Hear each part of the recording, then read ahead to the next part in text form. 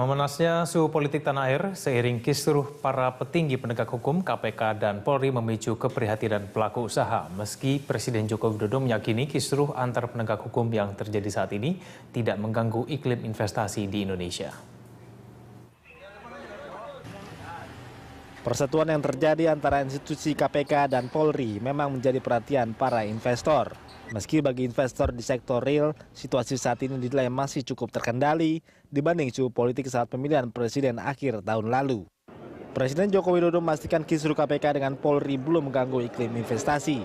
Jokowi optimistis iklim investasi di Indonesia pasca peluncuran pelayanan terpadu satu pintu, PTSP mampu meningkatkan pertumbuhan ekonomi mencapai angka 7%.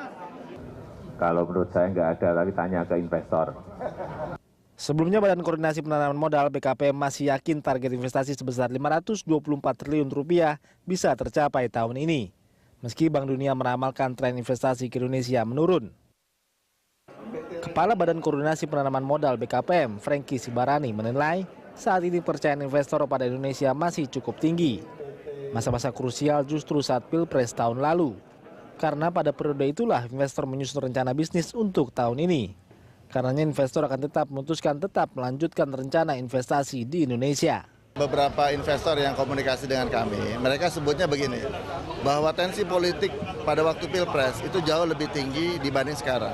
Pelaku bisnis tetap berharap agar kisruh yang melibatkan KPK dan Polri bisa segera selesai.